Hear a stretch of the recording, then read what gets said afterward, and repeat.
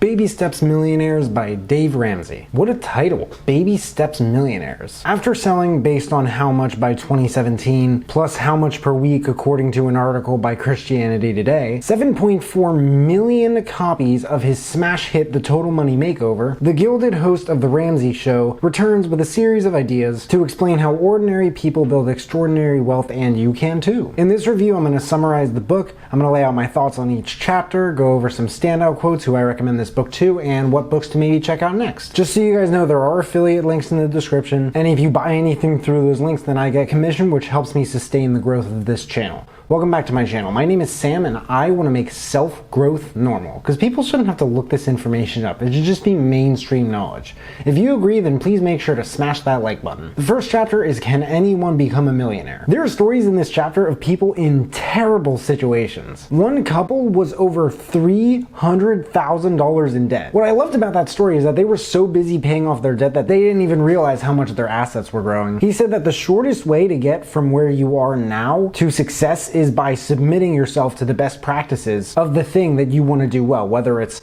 parenting, marriage, weight loss, house construction, professional development, and of course wealth building. It's a book about hope and belief, about statistical proof, and taking realistic steps and building wealth. It's straightforward, it's practical, and the author said at some points maybe really boring, which I was like, I guess. I mean, it's realistic, right? Chapter 2, What is a Baby Steps Millionaire? Dave Ramsey in this book really seems to have grasped a passion for storytelling to get his points across. This is something that more and more authors nowadays are adopting. Ramsey defined in this chapter the word millionaire with a very cut the crap nature. The only definition is a person with a net worth of $1 million or more. That means that it's not a feeling, it's not how much you make, it's not a theological discussion, it's not a political statement, and it's not your father-in-law's opinion. It's what you own minus what you owe. And yes, $1 million may not be enough. It may not be what it used to be, but it's still $1 million.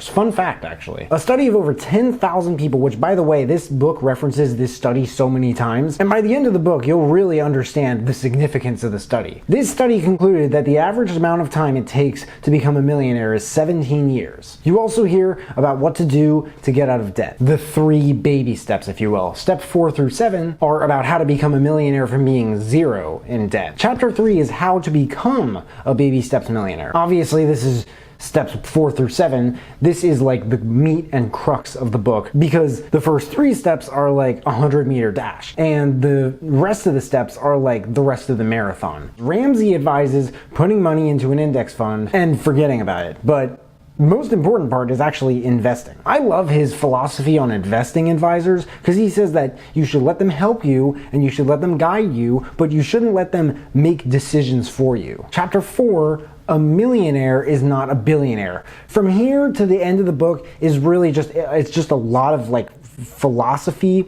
It's not the type of philosophy that's just like, why are we here? I'm not sure. I have to figure out why we're here. This is really for anyone who hears the previous parts of the book and thinks, this is literally impossible. I'm not doing this. This is insane and stupid, and Dave Ramsey sounds like a crazy little nutjob psycho. I'm incapable, and it sounds humiliating and ridiculous. So no, a millionaire does not live the same type of life as Jeff Bezos, Elon Musk, or Bernard Arnault. Most millionaires live in a 21 to 2,600 square foot home. They mow their own lawn. Their vehicles are paid off, and they still look for coupon codes and discounts when they plan for vacations. A million is 1,000 times 1,000. A billion is 1,000 times 1 million. A billionaire has 1,000 times more wealth than a millionaire. So if you have $10,000, you are 10 times closer to being a millionaire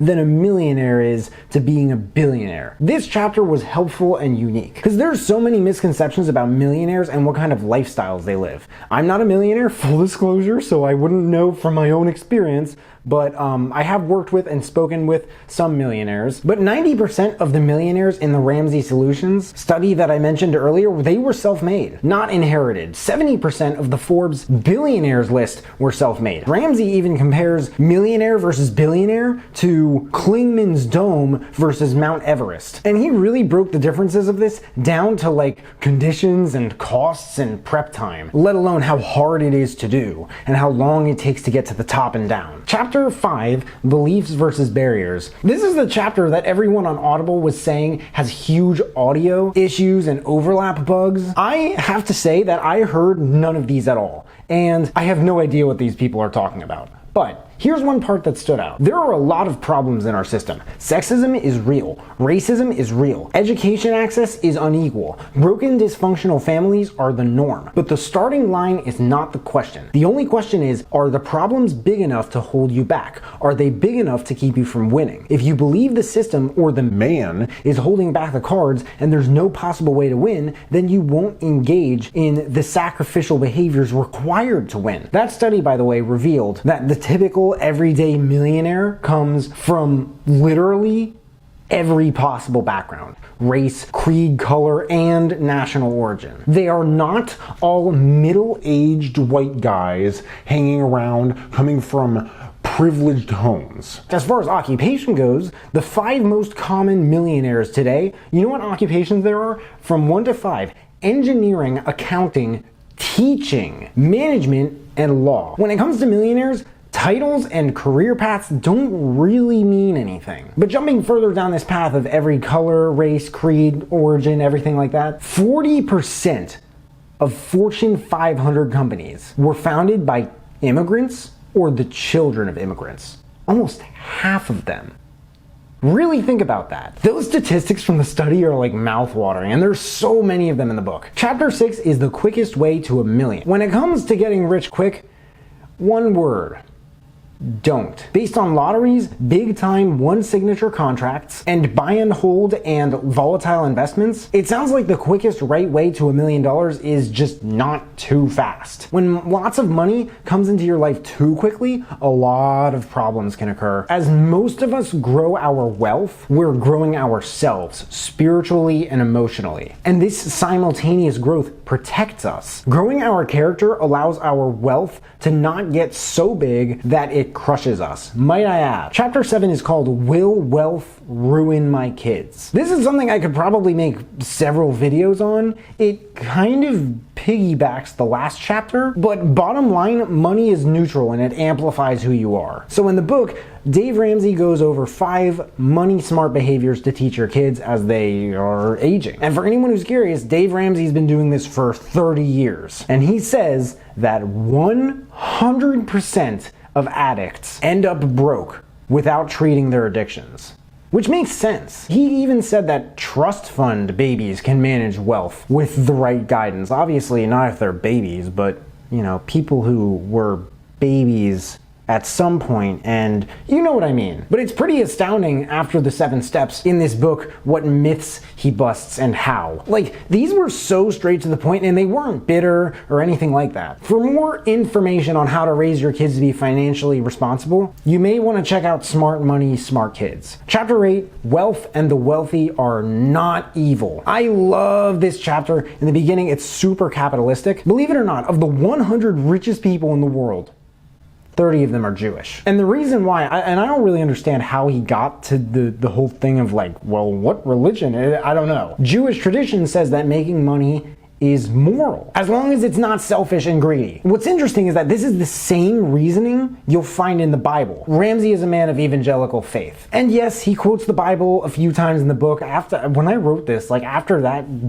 he quoted it more than a couple. But in these reviews, we have something that we call the religiosity scale. From 1 to 10, this book is a 2, maybe a light 3. The most religion-based chapter is this one and the next one, going deeper into what the Bible would consider the rights and wrongs, perhaps, of gathering and saving up your personal resources and how you use them later on. But without this chapter and the rest of the book, I would say it's like a low 2 or maybe a 1. The last chapter, chapter 9, is Baby Steps Millionaires in Every Neighborhood. I could not count on 2 hands how many stories you hear in this book of people who become millionaires and end up donating tons and tons and tons of money to charities. This chapter was like a beautiful way to end the book though, discussing the potential of everyone to become a millionaire. Lastly, I did mention in my review of the Total Money Makeover, and I still kind of stand by this, another influencer who I follow much more closely, Grant Cardone, who said things like, you can't save your way to $1 million, and focus 95% of your time on growing your income and 5% of your time on saving your income. My thought is, what if you did the type of like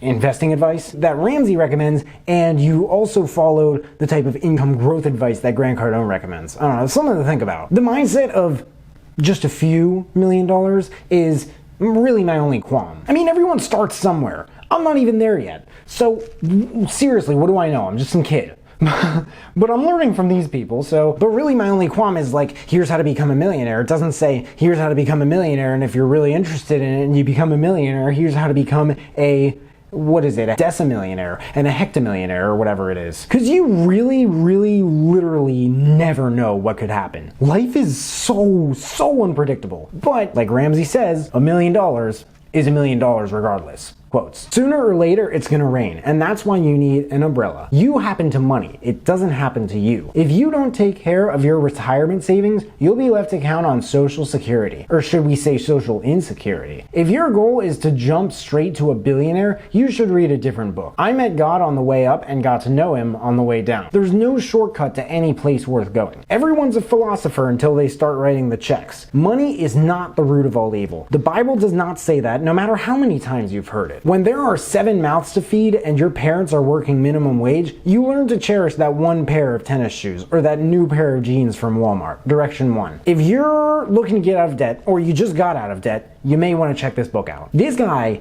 is like the premier go-to source for getting out of debt. Direction 2. If you like this book, you might like Unshakable by Tony Robbins, and of course The Total Money Makeover by Dave Ramsey, Baby Steps Millionaires by Dave Ramsey. There's a link in the description as well if you guys want to check it out and read the reviews. That and all the other books that I mentioned in this video, if you want to check those out too. If there are any other books that you guys want me to check out and review, please let me know in the comments below. Also let me know if you checked out this book and you liked it. But hey, make sure to smash that like button, subscribe if you haven't already, because 1, it's free, and 2, I don't get why people watch this far into my videos and they don't subscribe, but if you have subscribed and you want to turn it up just a notch and turn on that notification bell to get a notification whenever I drop new videos, that would mean the world to me. Thank you guys so much for watching. I really appreciate it. You can find me everywhere, and I will see you then.